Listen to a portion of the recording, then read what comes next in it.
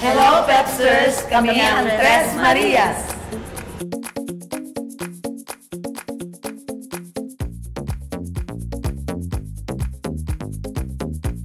Paano ba nag-meet ang Tres Marias?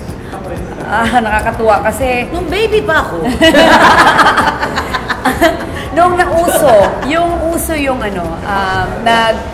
nauso yung mga rally para sa RH. Gusto namin mapasa yung RH bill para sa mga kababaihan din, lalo na sa mga kanayunan, para ma-educate. Ang nakakatuwa kasi minsan iimbitahin kami ng isang NGO na for women.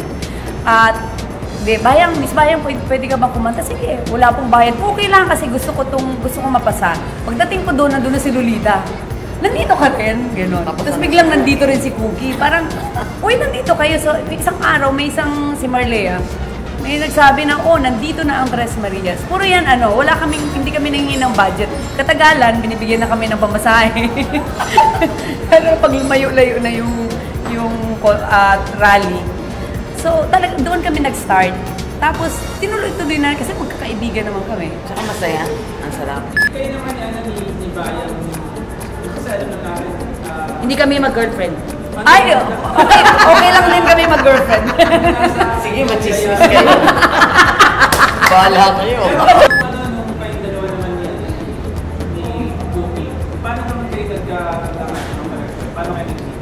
Kasi syempre, ito, Joey, Ayala, Kasi si Cookie noon, di ba, sumikat din yung paglisan. At si Mike, naging boyfriend ko ng Color It Red pa siya. Sila yung mas close kasi magkasama sila sa Color It Red. Pumupunta ako sa gig ng Color It Red. At naging husband ko yung gitarista, ex-guitarist dito, si Mike.